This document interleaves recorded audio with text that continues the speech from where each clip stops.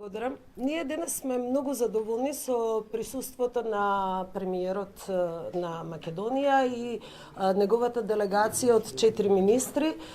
Тоа значи дека тоа што го зборувавме во предизборието и кога се уште не беа изборите и се договаравме за која стратегија да биде зафатена дигитализацијата во државата и нашите предлози беа веќе прифатени во нивната стратегија како предизборна, сега веќе дојде до фаза на остварување.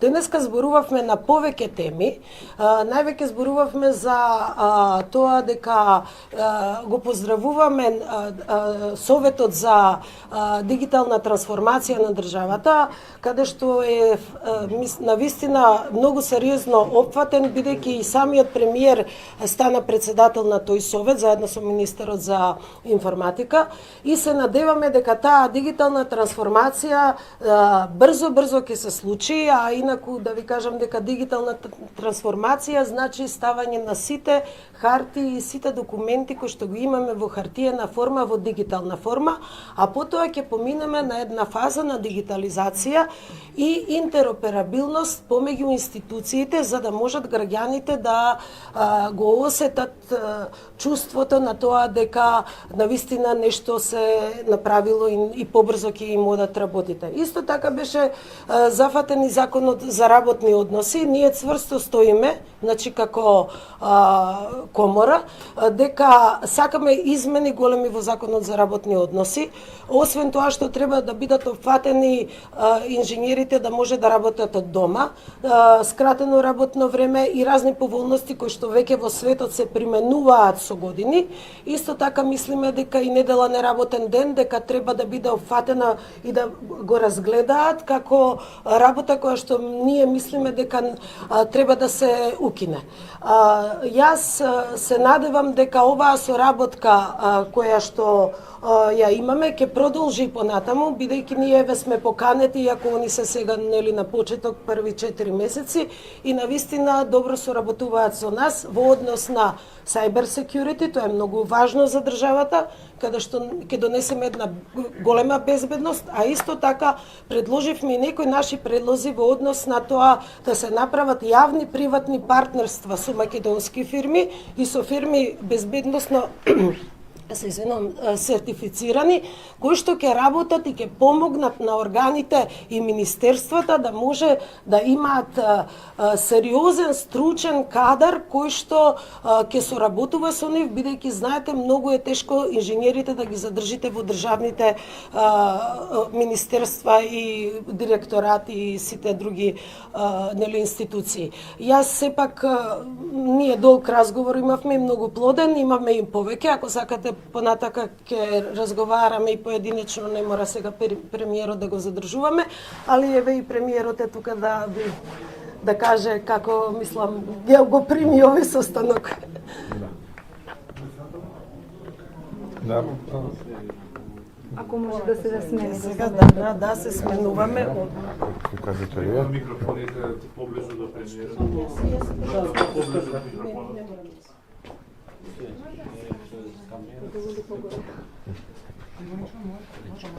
Најпрво дозволете ми да изразам моја огромна благодарност до председателката на Масит Комората, бидејќи нашата соработка и нашата комуникација трае уште од пред неколку години, кога како политичка партија бевме во опозиција, еве сега продолжуваме и кога сме столб на владата. И мислам дека за време на овие години секогаш кога и да сме имале состанок со председателката, но и со работниците со кои што таа функционира, секогаш тоа биле конструктивни средби од кои што произлегле многу идеи, предлози и средби кои што резултираат со политики понатаму кои што ние како влада почнуваме или во периодот кој што треба, кој што следи, ќе почнеме и ќе ги водиме. Навистина импресивен е фактот дека како ИКТ индустрија имаме повеќе од половина милиарда евра извоз во 2023 година. И тој предпоставувам продолжува да расте. Тоа е нешто кое што додава вредност во нашата домашна економија. голем дел од овие луѓе кои што работат во ИКТ индустријата, тоа се повеќе од 20.000, мислам дека во 2023 година повеќе од 21.000 се вработените во ИКТ индустријата, тоа што можев да го видам, се луѓе кои што останале тука, дома, во Македонија. И од тука се борат за својата, не само за своето семејство и својата екзистенција, туку и за својата татковина. И тие луѓе лично од мене имаат огромна почит, нормално, имајќи предвид дека се дефицитарни и дека имаат поголема понуда. И секогаш луѓето кои што станаат тука и кои што се борат за својата татковина, од мене ќе имаат почита и секогаш ќе имаат приоритет во политиките кои што ги води ова влада. А политиките на ова влада се да ги привлечеме младите кои што за жал ја напуштија да си се вратат дома и од тука заедно да се бориме да направиме нешто за татковината. И мислам дека тоа Македонија го заслужува. Денеска направивме една рекапитулар на сето она кое што во минатото го говоревме. Нормално добивме идеи и предлози кои што до сега биле дисфункционални. Дел од тие и веќе ги имплементираме. Ќе ве потсетам, пред нешто повеќе од една недела започнавме со ној проект на нудење услуги на граѓаните со кои што нема да има оние понижувања, шалтерски чекања и така натаму. Се сеќавате како беше кога се вадеа пасоши, лични карти, возачки дозволи. Ќе ве потсетам, пред повеќе од една недела во аеродром отворивме на таква канцеларија која што нуди повеќе од 120 услуги, меѓу кои што се изводи од матичната книга на родените, стаж и така натаму сега, катастарски услуги да не должам. И тоа продолжуваме да го правиме и во други општини во државата. Дигитализацијата на општеството ја покажавме како наша амбиција со тоа што имаме посебно Министерство за дигитална трансформација. И навистина Министерството работи посветено, за овие неколку месеци се направија навистина големи чекори напред. Очекувам така да се продолжи и во иднина, не е доволно, денеска разгледавме некои параметри, очекувам информатичката култура во државата да се зголемува, да биде што повеќе достапна и што повеќе корисници да има, барем да го стигнеме европскиот просек. Сега сме под тој европски просек. Јас како инженер лично го стимулирам тоа и ќе го поддржувам. Тука не треба да имаме никаква дилема. Така што еве да заокружам, овие средби се за нас од исклучително големо значење. Во периодот кој што следи ќе продолжат. Уште еднаш да искажам моја голема благодарност и до претседателката на Масит Комората и на членките и на луѓето кои што се дел од Масит Комората, и продолжуваме и понатаму да заедно се движиме напред и да развиваме татковината. Ви благодарам. Ако имате прашања, Премиера, видовте повисоки плати во образованието, ќе се случат? Да, па од овој месец треба да се платата во основното и во средното образование да биде повисока за 5%. Мислам сега, во ноември за октомври практично таа што е исплатена. Во април 25-та, практично од мартовската плата, ќе бидат за дополнителни 7%. Април 26-та 7,5 до 10%, во зависност од кондицијата на буџетот. Април за март, практично 2027 повторно 7,5 до 10% и веќе април 28 за март 28 од 10 до 12,5%, така што минимум во овој диапазон временски, платата ќе биде просечна во образованието зголемена за 46%, а максимум до 60%, што мислиме дека навистина ќе дојдеме до едно пристојно ниво. Дали е доволно, не е доволно, но тоа е во рамките на нашите можности, бидејќи во моментот, ако е просечната плата во државата повеќе 41.000 денари, во образованието таа е 9.000 денари помалку, околу 32.000 денари. Најавивте предвремени или баравте, што како да кажеме, предвремени парламентарни во собрание, прифатено е од СДСМ, од ДУИ, само од Вреди моментално не е прифатено. Ке имаме ли предвремени парламентарни заедно со локални? Па не верувам дека е прифатено од СДСМ и од ДУИ, бидејќи тогаш видовме како потона во собраниските столчиња кога практично ги извадивме на површина.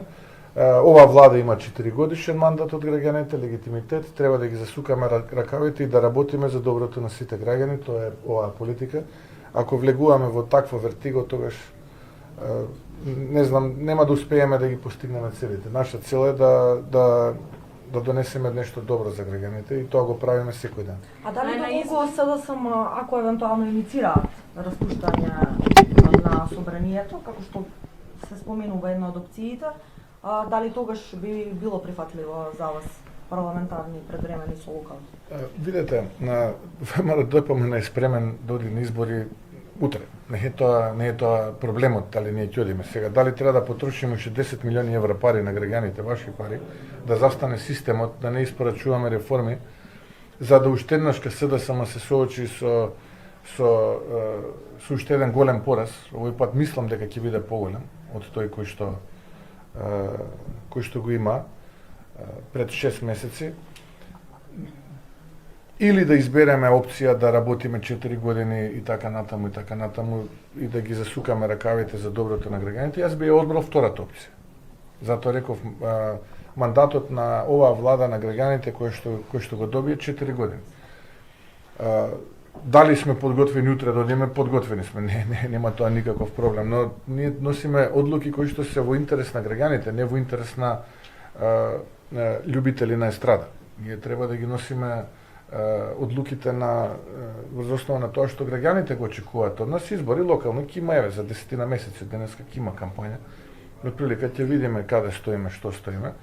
Јас би им посакал и на двете поголеми опозицијски партии во својата опозицијска коалиција, тие две политички партии заедно со една помала политичка партија да програмски се освежат, кадровски се освежат и тоа да го покажат на следните локални избори. И тогаш можеме да зборуваме за дали ќе има потреба или ќе нема потреба од предвремени парламентарни избори, дали оваа влада се уште ужива доверба кај граѓаните, не ужива и така натаму. За 10 месеци денеска ќе има и официјална кампања за локалните избори.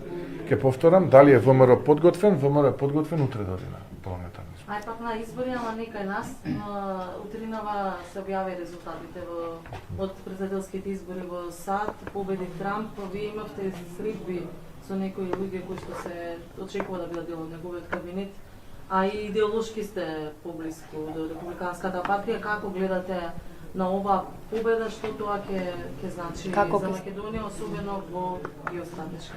И како ќе влија и на економска соработка и продлабочување?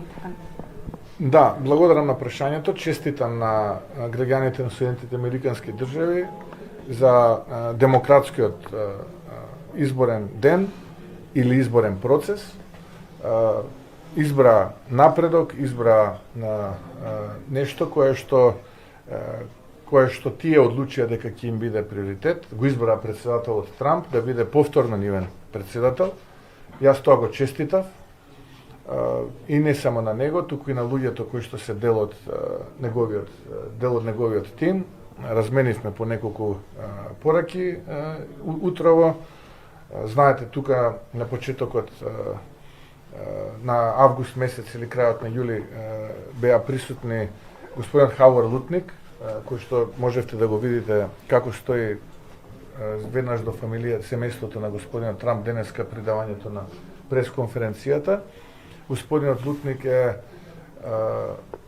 председател практично на транзицијскиот тим во кој што се 5 члена, меѓу кои е и Дон Джуниор, односно синот на господинот и председателот Трамп, таму е подпредседателот сега веќе Джеди Венс, таму е самиот председател, новиот председател на Соединетите Американски држави, господинот Трамп, таму е господјата Макмахон и председател на тој тим е Хауар Лутник. Тој беше тука, разговаравме за многу проекти, остана подолго време, комуницираме, денеска разменивме и по некоја порака. Исто така господинот Рик Гранел, кој што очекувам исто така да биде дел од тимот на председателот Трамп. Таму беше Девин Нунес е поранешен конгресмен, тој исто така беше дел од таа делегација која што беше присутна тука, моментално ги води компаниите на господинот Трамп, ќе го видите денеска и него на бината исто така. Тука беше и човек од македонско потекло, господинот Крис Павловски, собственик на Рамбл. Исто така искомунициравме од посетината на самиот настан и во текот на денот од Маралаго, каде што ги следа и они резултатите, така да имав комуникација во текот и на, би рекол, утринските часови. И ја честитав победата, очекувам уште поголемо зајакнување на ионака исклучително добрите односи помеѓу македонските граѓани и граѓаните на Соединетите Американски држави.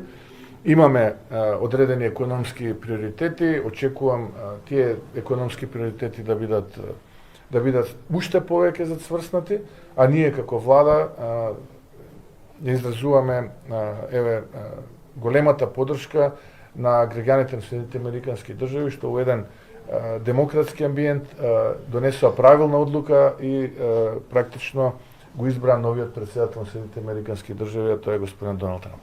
Премиере, имавте амбициозни најави во однос на патната инфраструктура. Често пати знаеме да слушнеме дека бизнис заедницата исто така смета дека инвестициите во овој дел се од исклучителна важност за развојот. Што се планира понатаму? Може ли да очекуваме една уште поголема офанзива во овој дел? Да, затекнавме една летаргична, целосна недисциплина во делот на реализација на овој тип на капитални инвестиции. И можете да забележите дека се работи секојдневно, се работи и во доцните ноќни часови. Буквално имаме една прилично амбициозна агенда.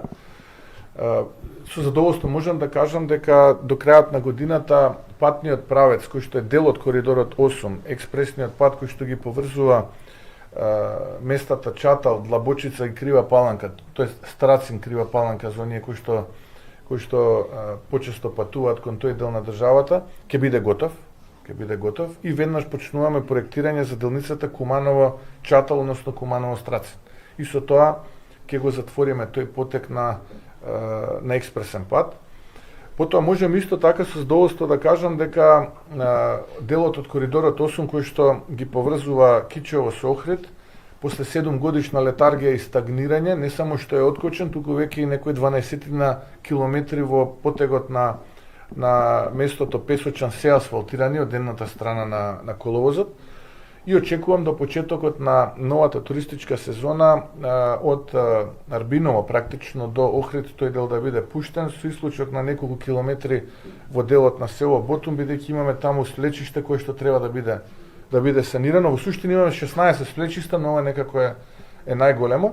А очекувам до крајот на 26-та година, тоа што оветивме, од Кичево да се поврземе до Охрид комплетно.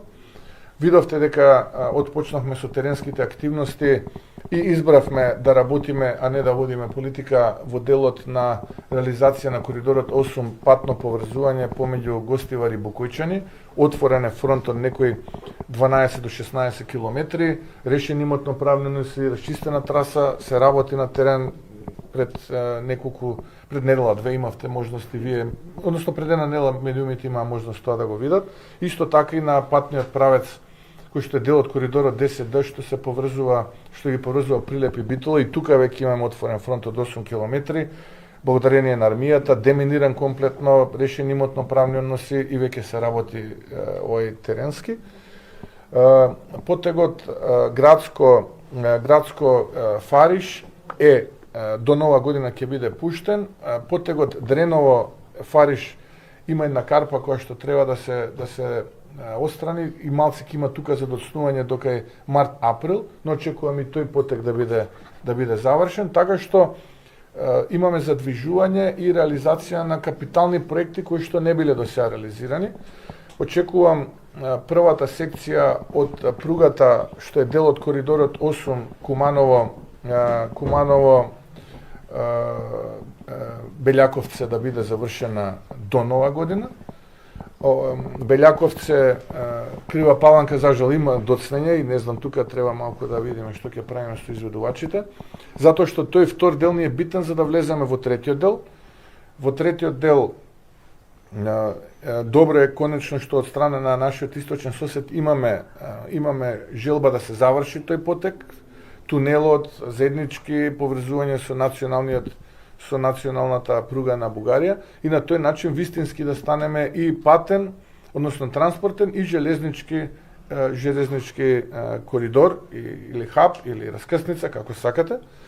Од друга страна, до 20 ноември завршува тендерирањето за интерконекторот, гасниот интерконектор со Грција. Очекувам до нова година да се потпише договор и тој интерконектор да се заврши и веќе да работиме на северниот интерконектор со Србија. Така што буквално на сите страни се работи, започна оваа реализација на проектите преку општините, таму имаме повеќе од 2,1-2,2 милиарди денари за патна инфраструктура. За општините, булевари, улици и така натаму, потпишани со општините до овој момент, очекувам до 15 тие што требаше да додадат и уште плюс да се потпишат договори и очекувам новиот јавен проект февруари-март кога ќе биде објавен да имаме уште неколку милиарди инвестиции за патната инфраструктура во општини. Така што тоа ни е приоритет и тоа е начин како можеме да се развиваме државата. Нема друг начин. Тоа е единствениот начин како ќе ја развиваме. На предизборна кампања ветивте дека ќе се укине балансерот од 20% Сум дал одговори на тие прашања, оставете го тоа. Сега балансерот е укинат. Дали ќе дојде ден? Тоа на Уставниот суд поставете му го прашањето, на уставните суди избрани од владата на СДСМ и ДУИ. Денес од вреди велат дека ќе прават максимални напори да се укине тоа во уставните измени кога ќе би било отворено евентуално за европскиот пат. Дали власта ќе гласа ова? Не сум слушнал таа изјава од вреди, не знам што точно гласи. Сега не би сакал да интерпретирам, да. Повелете. Познато е под кои услови домашните компании ќе ги добијат пари кои под истите оние услови кои што ние ги земавме тие пари. И тие пари се веќе стигнати, тука се на сметката на Народната банка, се преговара се уште со комерцијалните банки околу делот на тоа каква би било врската на државата кон комерцијалните банки. Очекувам сите заедно да направиме нешто за државата и за економијата.